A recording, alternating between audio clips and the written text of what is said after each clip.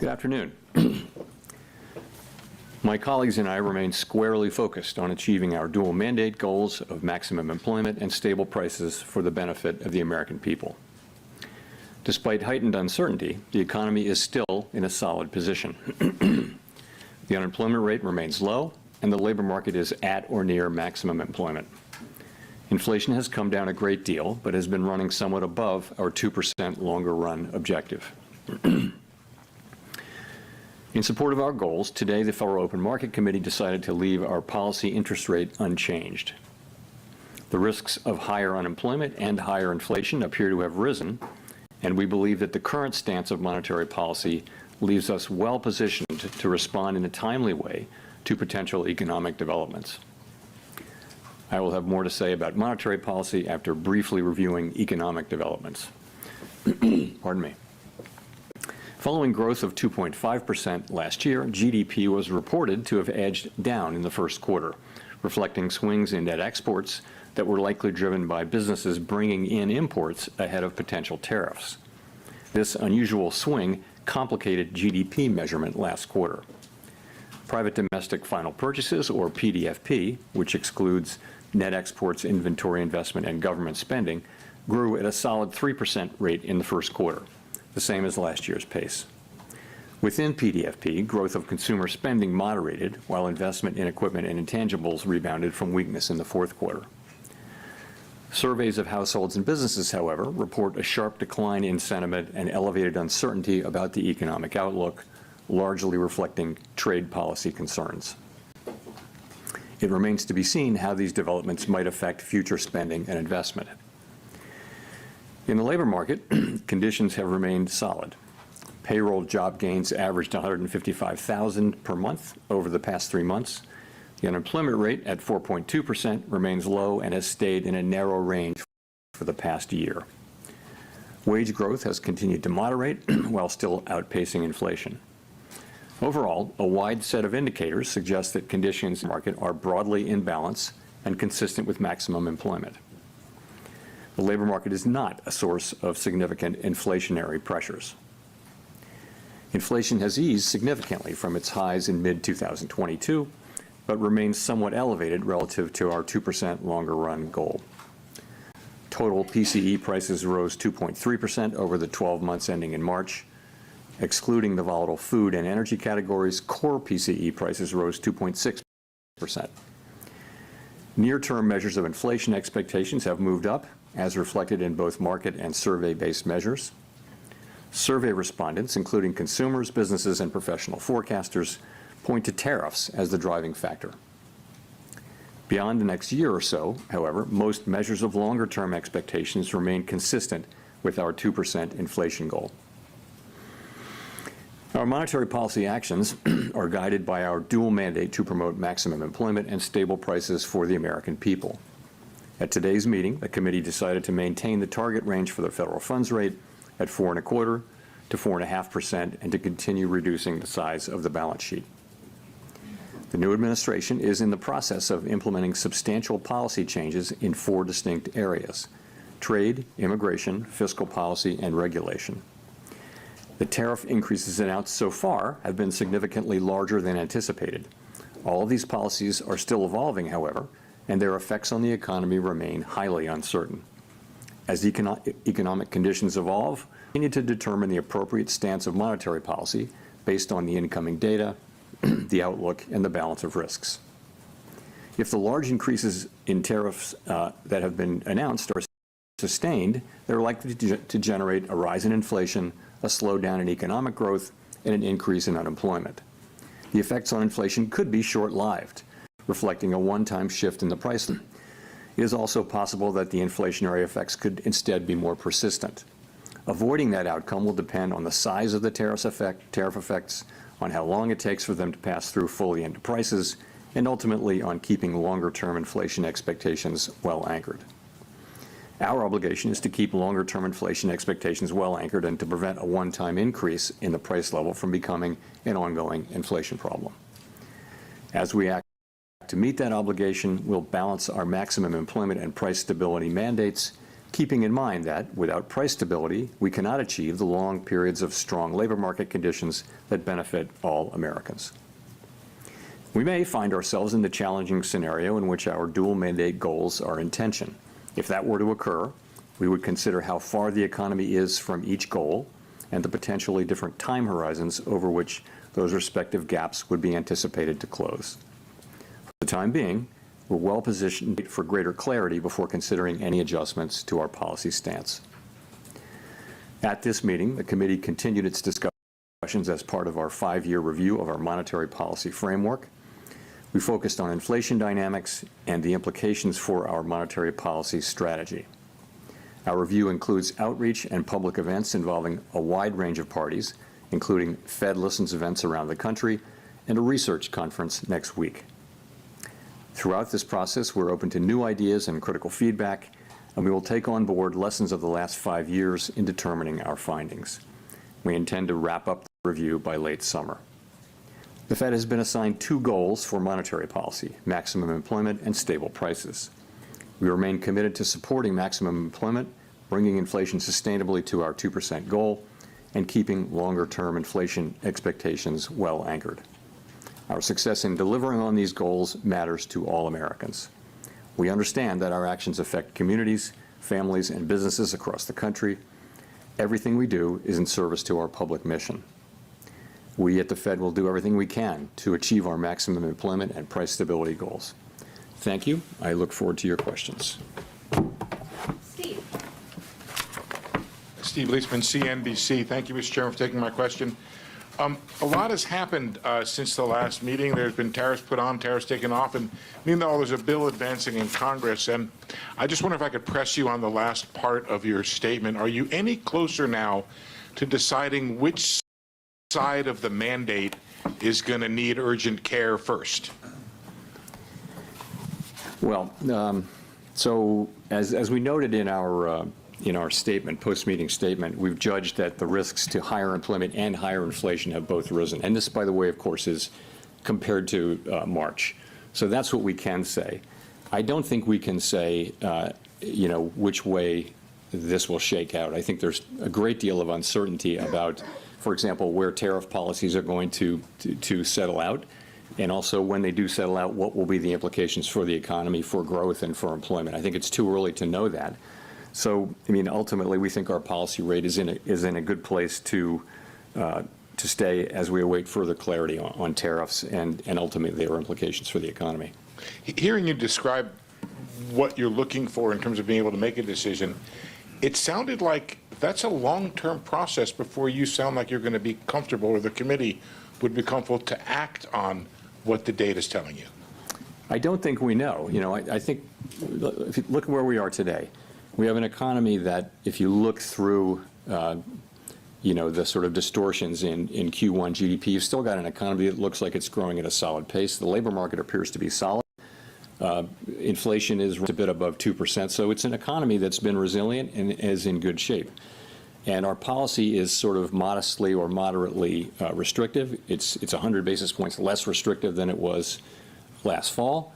And so we think that leaves us in a good place to wait and see. We don't think we need to be in a hurry. We think we can be patient. We're going to be watching the data. The data may move quickly or slowly, but we do think we're in a good position where we are to let things evolve, and in terms of what should be the monetary policy response. Nick. Nick Timmeros of the Wall Street Journal. Chair Powell, there's naturally a lot of PTSD around 2021 and supply shocks, but there are some who argue that the current situation has notable differences. Energy costs are down, housing imbalances look nothing like they did 4 years ago, labor demand appears to be gradually cooling with wage growth running below 4%.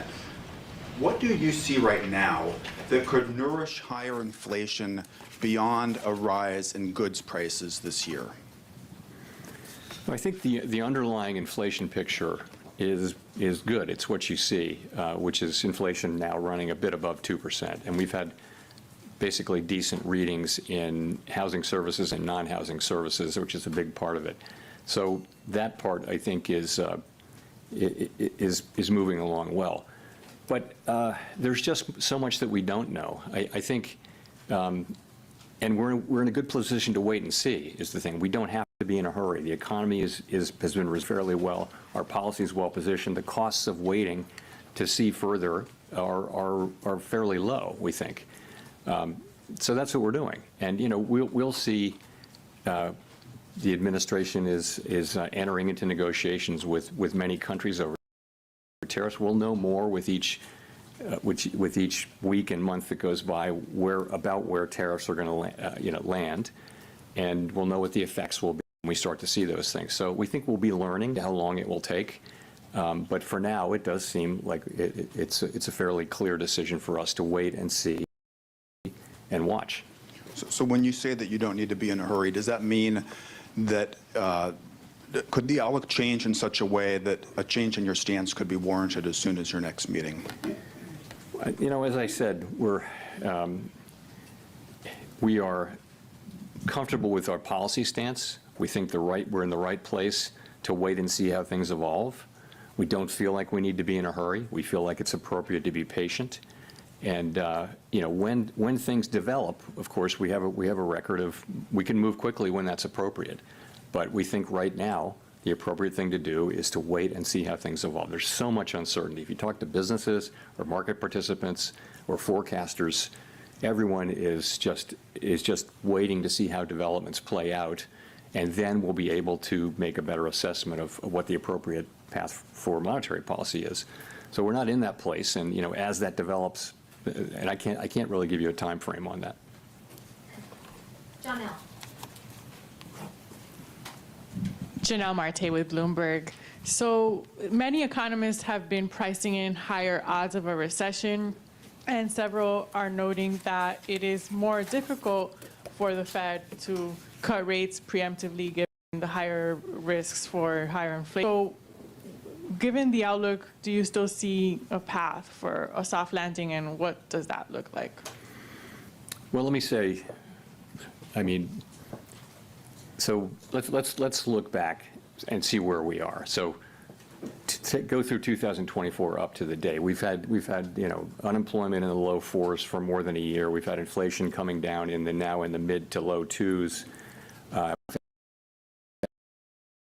Growing at 2.5%. So that you see it now. What looks likely, given the scope and scale of the tariffs, is that we will see certainly the risks to higher inflation, higher unemployment have increased. And if that's what we do see, if the tariffs are ultimately put in place at those levels, which we don't know, then we won't see further progress toward our goals. But we might see a delay in that. I think in our thinking, we never do anything but keep achieving those goals. But we would, at least for the next, let's say, year, we would not be making progress toward those goals. Again, if that's the way the tariffs shake out. The thing is, we don't know that. There's so much uncertainty about the scale, scope, timing, and persistence of the tariffs. So that's that. In terms of preemption, I think you can look back at the 2019 cuts as preemptive. I wouldn't say that what we did last fall was at all preemptive. If anything, it was a little late. But 2019, we did cut 3 times. But the situation was you had a weakening economy and you had inflation at 1.6%. So that's a situation where you can move preemptively. Now we have inflation running above target. It has been above target for 4 years. It's not so far above target now. And we have an expectation, conditional on what happens, that we'll see upward pressure on inflation. If you look at where forecasters are, they're all forecasting an increase in inflation. So it makes it, and then we've also got forecasts of weakening in the economy, and some have recession forecasts. We don't publish a forecast about that. We don't publish a forecast that assesses how likely a recession is. But in any case, it's not a situation where we can be preemptive because we actually don't know what the right response to the data will be until we see more data. Colby. Colby Smith with the New York Times. How much weakness does the committee need to see, though, in the labor market and the economy more broadly to lower interest rates again? Is it about a certain increase in the unemployment rate over a period of time, or perhaps a certain number of negative monthly job reports? I mean, how are you making that assessment?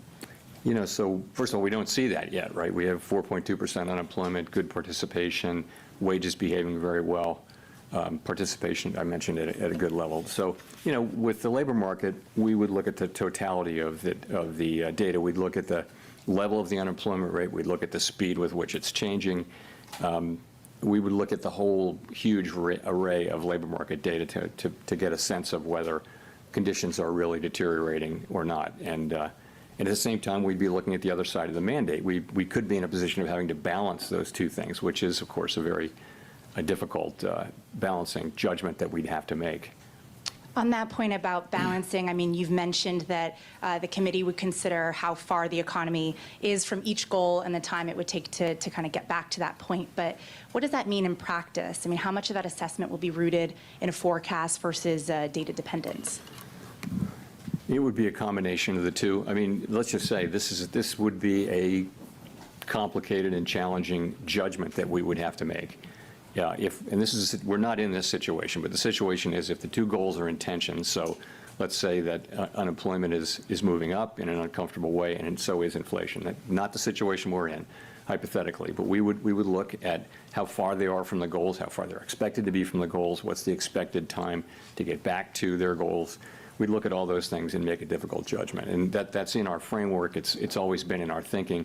You know, we haven't faced that question in a very long time, so again, difficult judgment to make, and not one that we face today, and we may never face it, but you know, we have to be keeping it in our thinking now. Edward. Thank you. Edward Lawrence with Fox Business.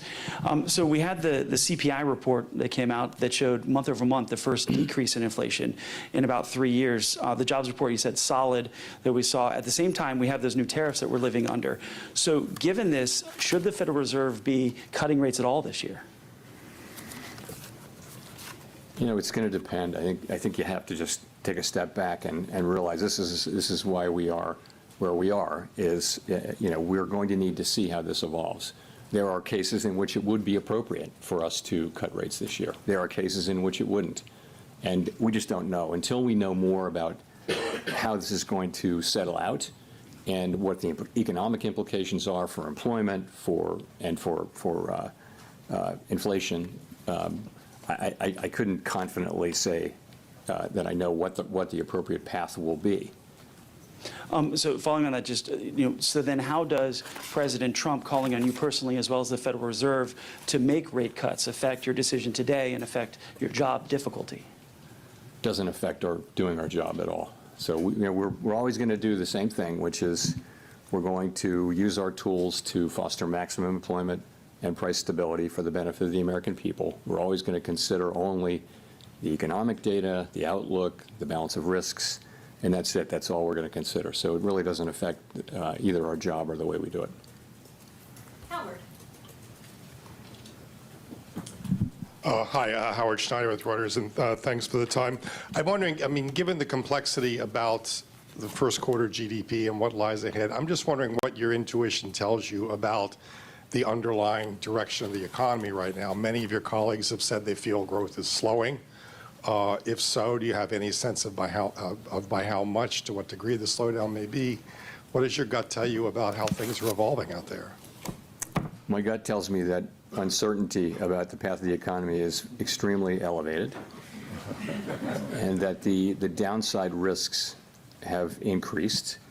The risk is, as we pointed out in our statement, the risks of higher unemployment and higher inflation have risen, but they haven't materialized yet. They're really not in the data yet. So that tells me more than by intuition, because I think it's obvious actually that the right thing for us to do is we're in a good place. Our policy's in a very good place, and the right thing to do is await further clarity. And usually things clarify and that the appropriate direction becomes clear. That's what usually happens. Right now, it's very hard to say what that would be. In the meantime, the economy is doing fine. Our policy isn't, it's not highly restrictive. It's somewhat restrictive. It's 100 basis points less restrictive than it was in, last summer. So we think it's in a good place, and we think the appropriate thing is for us to wait and see and get more clarity about the direction of the economy. Well, let me press you on this idea of the economy being fine right now, because reading the Beige Book very closely the last time around, there was a lot of negative stuff, negative sentiment that was in there. And I know that everybody's looking at soft data right now. You mentioned it yourself that the sentiment's sour. But the Beige Book was talking about, the beginnings of layoffs in some industries, prices rising in some places, and an awful lot of investment decisions being pushed to the sideline. Doesn't that point to a slowdown? It may well. It just hasn't shown up yet. And we all look at all these sentiment and read many individual comments just to get a better feel. And businesses and households very broadly are concerned and postponing economic decisions of various kinds. And yes, if that continues and nothing happens to sort of alleviate those concerns, then you would expect that to begin to show up in economic data. It wouldn't maybe show up overnight, but it would show up over weeks and months. And that may be what happens, but it hadn't happened yet. And also, there are things that can happen that will change that narrative. I mean, they haven't happened, but it's possible to imagine things that. But in the meantime, yes, we're watching it extremely carefully, like everyone is, but don't see really much evidence of it in actual economic data yet. And by the way, consumers keep spending, credit card spending. It's it's still a healthy economy, albeit one that is shrouded in some very downbeat on the part of people and businesses. Michael McKee. Michael McKee from Bloomberg Radio and Television. The Fed's been criticized recently by a former governor for what he calls mission creep. You take on more problems, use more tools, and then end up building tools to deal with the fallout of those tools, which then makes it a given that you will act more aggressively in the future. Is that a fair critique, and is that something you would be looking at in your framework review? Sorry, say the critique again. That the Fed has been involved in mission creep, gets involved in using too many new tools to deal with problems and to go too far. Is that something that the critique was based around the fact that you did QE and QE and QE and went beyond the narrow confines of your mandate? So, well, I mean, there are a couple. That's not really beyond the confines of our mandate. Look, I would say this: we did things. Essentially, we're on an emergency footing for a couple of years in the pandemic, and it's very fair and very welcome for people to look back over what we did and say, hey, you could have done this better and different. And one thing we hear a lot is we could have explained QE a little better. We did think we were explaining it in real time. I completely accept the thought that we could have explained it better. There's a lot of thinking that we went on too long with QE. I can tell you that the reason we did was we were concerned that we didn't want a sharp tightening in financial conditions at a time when we thought they were vulnerable. And so we did hold on for a long time to QE, and we, of course, tapered and everything. And then we immediately went into QT, and, we're down a couple of trillion. But I get we certainly, with the benefit of hindsight, could have tapered earlier or faster. That's absolutely right. But this is all very welcome. We knew doing this in real time that we weren't going to get it perfect, and those kind of after action kind of looks are essential. And we're doing the same thing in our review. So on some issues. The other part of that critique is that you've taken on topics that are outside of the mandate, such as climate change and trying to ensure that certain groups are benefited by your economic policies in terms of employment, et cetera. So, okay, on climate, you've heard me say over and over again that we will not be climate policymakers, and that our role on climate is a very, very narrow one. And I think that's what we've done. We've done really very little on climate. You can say that little done was too much, but I wouldn't want to give any impression that we've taken climate and it's something that we're spending a lot of time and energy on. We're not. We have very, very narrow things. We did one guidance for the banks, and then we did a one-time stress analysis, climate stress analysis, and that's it. And we dropped out of the network for greening the financial system. So we didn't do much on climate, but I do think, and I've said this publicly several times, I think it's a real danger for us to try to take on a mandate like that, which is very narrow application to our work. And the risk, if you go for things that are really not in your mandate, then why are you independent? And I think that's a very fair question. I do think we've done a whole lot less on climate than some people seem to think we did. Anyway, that's what I think. Should you have taken on the question of bringing unemployment rates down for specific categories? We didn't do that. What we said was that we never targeted any unemployment rate for individual racial or demographic groups. What we said was that maximum employment was a broad and inclusive goal. And I think what we meant by that was we're going to consider the totality of the country as we look at our maximum employment goal. Of course, we were never going to target any individual group with that, but I think some people, wanted to hear it that way, but that's not at all what we meant.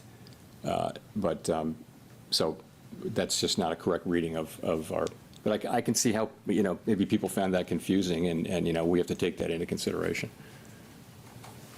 Jolene. Hi, Chair Powell. Thanks for taking our questions today. I'm Jolene Kent with CBS News. You've said wait and see, and the economy is doing fine today, but the impact of tariffs are already showing up at the ports. Businesses, big and small, are telling us that they feel it, and most importantly, consumers say they feel it, that the challenges are here, and there's no waiting and seeing. For Main Street, what is the breaking point? What would have to happen to prompt a rate cut specifically? Well, so we really don't see in the data yet big economic effects. We see sentiment, there are concerns that higher prices may be coming or things like that. So they're worried now about inflation. They're worried about a shock from the tariffs, but they really haven't. That shock hasn't hit yet. Okay, so we're going to be looking at the not just the sentiment data, but also the real economic data as we assess what it is we should do. And remember, there will be two effects. One of them would be weakening economic activity, which translates into higher unemployment, and the other would be potentially higher inflation. Again, to say it again, the timing, the scope, the scale, and the persistence of those effects are very, very uncertain. So it's not at all clear response for monetary policy is at this time, and and by the way, our policy is in a good place, so we think we can wait and move when it is clear what the right thing to do is. Really not at all clear what it is we should do. So people are feeling stress and concern, but unemployment hasn't gone up. Job creation is fine. Wages are in good shape. People are not layoffs, or people are not getting laid off at high levels. Initial claims for unemployment are not increasing, in any kind of impressive way. So the economy itself is still, in solid shape. Well, President Trump now says he does not plan to remove you as chair. When you heard that, what did you think? I don't have anything more for you on that. I've pretty much covered that issue. Thank you. Chris. Hi, thank you. Chris Rugaber, Associated Press. Well, I just wanted to follow up. Earlier, it sounded like you said it was unclear how the Fed, what kind of interest rate decisions you will make later this year. So does that, in March, there was guidance that 2 cuts might happen. 2 cuts were penciled in for this year. Is that now, that guidance from the last press conference, has that been overtaken by events at this point? We don't do a summary of economic projections at every meeting, as you know. We do it every other meeting, and so this was the meeting when we didn't do it. We don't also kind of poll people, so I really wouldn't want to try to make a specific projection for where we are relative to that. We will, in 6 weeks, we have the June meeting, and you'll have another SEP. I'm not going to hazard a guess here today as to what it would be. Again, what I would say is that we think our policy rate is in a good place. We think it leaves us well positioned to respond in a timely way to potential developments. That's where we are. And that, depending on the way things play out, that could include rate cuts. It could include us holding where we are. We just are going to need to see, how things play out before we make those decisions. Great, and just to follow up on that, I mean, when you address the issue of how the Fed would handle both rising unemployment and rising inflation, how are you thinking about the fact that addressing one could exacerbate the other? So a rate cut to reduce unemployment could worsen inflation and vice versa. How do you handle those challenges? You just captured this is the issue with the two goals being in tension. It's a very challenging question. Now, there can be a case in which one goal is very far, one variable is very, very far from its goal, much farther than the other, and if so, you concentrate on that one. And frankly, that was the case. Well, it wasn't a case where they were really in tension, but if you go back to 2022, it was very clear that we needed to focus on inflation. The labor market was also super tight, so it wasn't really a trade-off. I think you know what our framework document says. It says we'll look at how far each variable is from its goal, and also we'll factor in the time it would take to get there. So, that's going to be potentially a very difficult judgment, but the data could break in a way that it's not. I just don't think we know that. The data could easily favor one or the other, and right now there's no need to make a choice, and no real basis for doing so. Victoria. Hi, Victoria Guido with Politico. I wanted to ask, Congress is currently debating spending cuts alongside extending the tax cuts.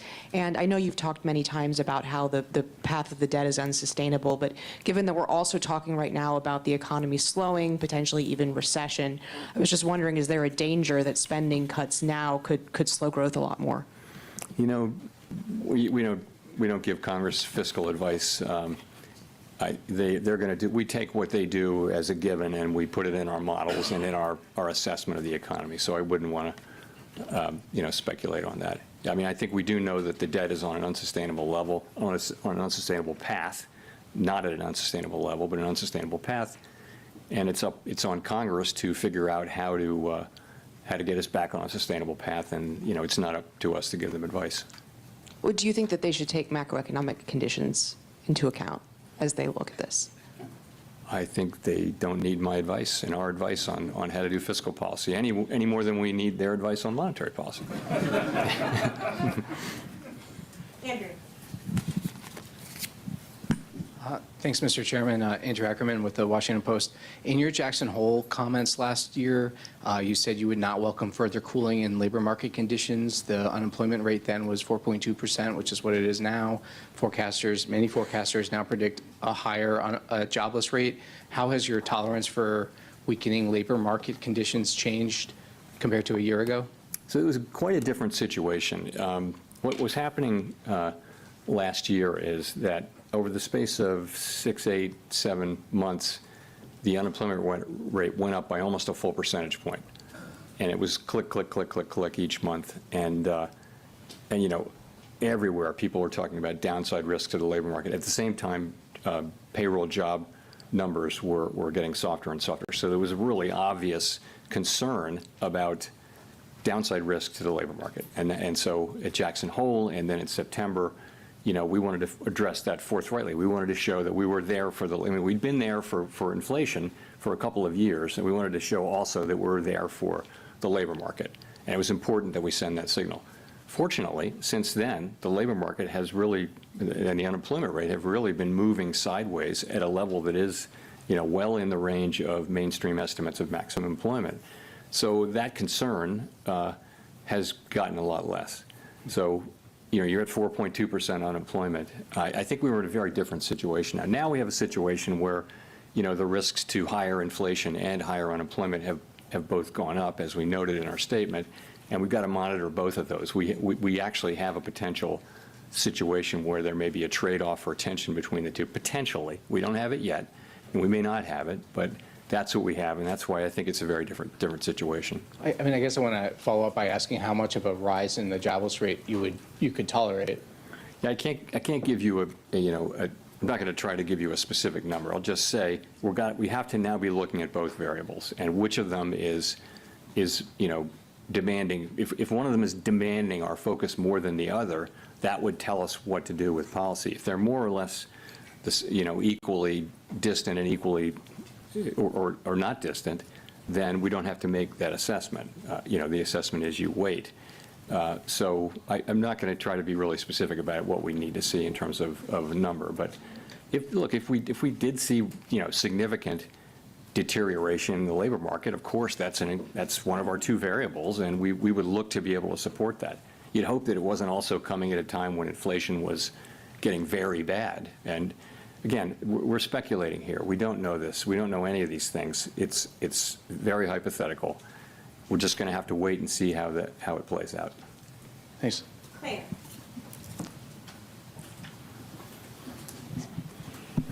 Claire Jones, Financial Times. In terms of getting some clarity, we've got some talks at the weekend in Geneva between the US and China. A lot of economists are attaching an awful lot of importance to what we hear from those talks. How much importance are you attaching to them in terms of judging what will happen to the US economy going forward? And just in a similar vein, some economists are saying it's days, not weeks, that we have until we start to put the US economy at risk of seeing the sort of pandemic-era shortages and higher prices if we don't kind of soothe relations between the US and China. So it'd be good to have your view on that too.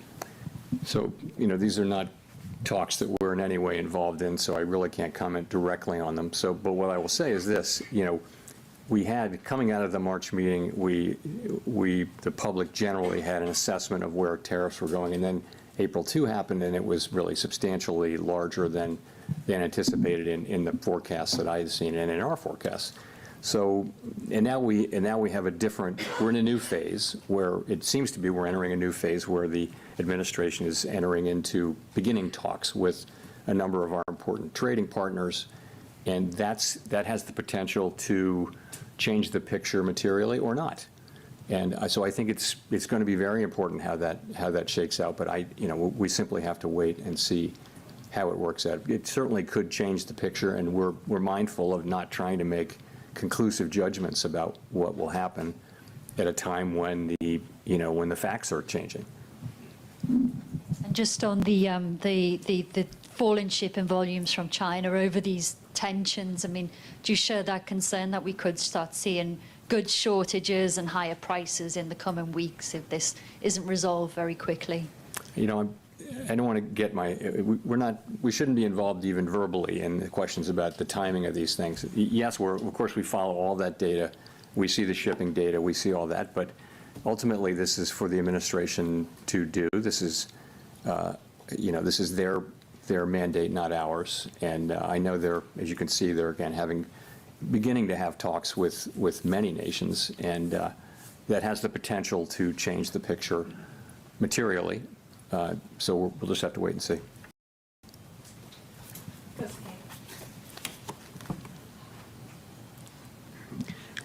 Kosuke Takami with Nikkei. Thank you for doing this. The volume of imported goods increased significantly in the first quarter. Do you think that this situation could delay in the impact of tariff on inflation? And does this mean that it will take longer time to reduce uncertainty?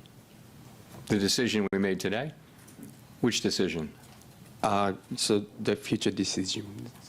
So the volume of the imported goods increased significantly. So the impact on the imported inflation may delay. So what is the impact to your future decision?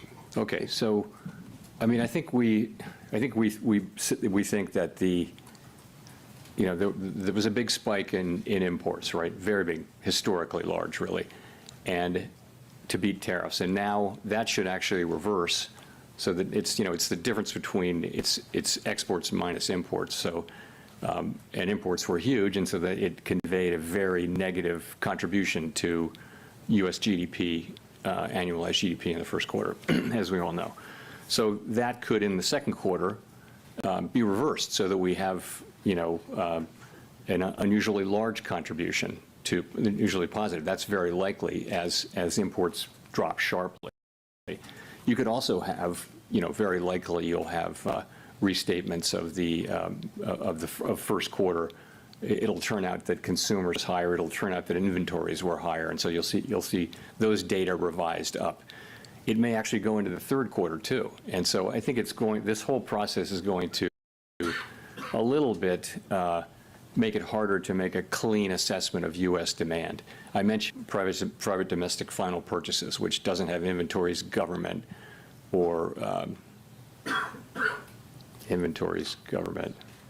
Anyway, it's a cleaner read on private demand, but that too probably was flattered a little bit by by strong demand for imports to beat tariffs. So that might overstate. It's a really good reading, 3% PDFP in the first quarter. That might actually overstate. So it's not really going to, I don't think it's going to affect our decisions.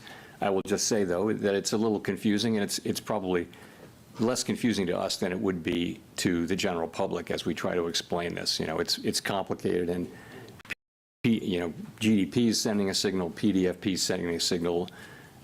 It's a little bit confusing, but I think we understand what's going on. It's not really going to change things for us. Courtney. Courtney Brown from Axios. I guess, we talked about some of the indications of layoffs, price hikes, an economic slowdown, all being evident in the soft data. I'm curious why the Fed needs to wait for that to translate into hard data to, make any type of monetary policy decision, especially if the hard data is not as timely or might be by tariff-related effects. Are you worried that the soft data might be some sort of false warning? No, I mean, look at the state of the economies. The labor market is solid, inflation is low. We can afford to be patient as things unfold. There's no real cost to our waiting at this point. Also, the sense of it is, we're not sure what the right thing will be. There should be some increase in inflation. There should be some increase in unemployment for different responses. And so until we know, potentially call for different responses. And so, until we know more, we have the ability to wait and see. And it seems to be a pretty clear decision. Everyone on the committee supported waiting. And so that's why we're waiting. Just a very quick follow-up. There was this sort of vibe session, if you will, where the sentiments expressed in soft data did not translate into the hard economic data. How are you thinking about that when interpreting some of the signs in the softer survey data? I think going back a number of years, the link between sentiment data and consumer spending has been weak. It's not been a strong link at all. On the other hand, we haven't had a move of this, speed and size. So it wouldn't be looking at this and just completely dismissing it. But it's another reason to wait and see. You're right, though. We had a couple of years during the pandemic where people were saying just very downbeat surveys and going out and spending money. So that can happen, and that may happen to some degree here. We just don't know. This is an outsized change in sentiment, though, and so none of us is looking at this and saying that we're sure one way or the other. We're not. Matt. Thanks, Chair Powell. Matt Egan with CNN. So you mentioned earlier that you're monitoring the shipping data, and we have seen in the shipping data that imports from China into the Port of Los Angeles have plunged, and that has raised concerns about potential shortages. What tools, if any, does the Fed have to ensure that prices and inflation expectations don't get out of hand if tariffs cause significant supply chain disruptions? I mean, we don't have, the kind of tools that are good at dealing with supply chain problems. We don't have that at all. That's a job for the administration and for the private sector more than anything. What we can do with our interest rate tool is we can be more or less supportive of demand, and that'd be a very inefficient way to try to fix supply chain problems. But we don't see the inflation yet. We're of course reading the same stories and watching the same data as everybody else, and right now we see inflation kind of moving sideways at a fairly low level. If I could follow up on that, President Trump has indicated that he will likely name a replacement for you when your term as chair expires next year. But your position on the board runs through January 2028, I believe. Would you consider remaining on the Fed board even if you're chair? So I don't have anything for you on that. My whole focus is on, and my colleagues' focus is all on, trying to navigate this tricky passage we're in right now, trying to make the right decisions. We want to make the best decisions for the people that we serve. That's what we think about day and night. This is a challenging situation, and that's 100% of our focus right now. Let's go to Jennifer for the last question. Thank you so much, Chair Powell. Jennifer Schonberger with Yahoo Finance. Public records of your schedule so far this year show no meetings with President Trump. Past presidents Obama, Bush, and Clinton have all met with Fed chairs, and you met with Trump during his first term. Why haven't you asked for a meeting yet with the president? I've never asked for a meeting with any president. Well, it's not, I wouldn't do that. There's never a reason for me to ask for a meeting. It's always been the other way. So would you want to meet with him if given the opportunity to get more information? Never an initiative that I take. It's always an initiative. I don't think it's up to a Fed chair to seek a meeting with the president, although maybe some have done so. I've never done so, and I can't imagine myself doing that. I think it's always comes the other way. A president wants to meet with you, but that hasn't happened. And if I could just ask one question on monetary policy. When it is time to cut rates, how will you determine how far down rates will have to come to try to keep a balance on the inflation mandate as employment weakens? I think once you have a clear direction, you can make a judgment about how fast to move and that kind of thing. So it's really the harder question is the timing, I think, and when will that become clear? And fortunately, as I mentioned, we have our policy in a good place, the economy's in a good place, and it's really appropriate, we think, for us to be patient and wait for things to unfold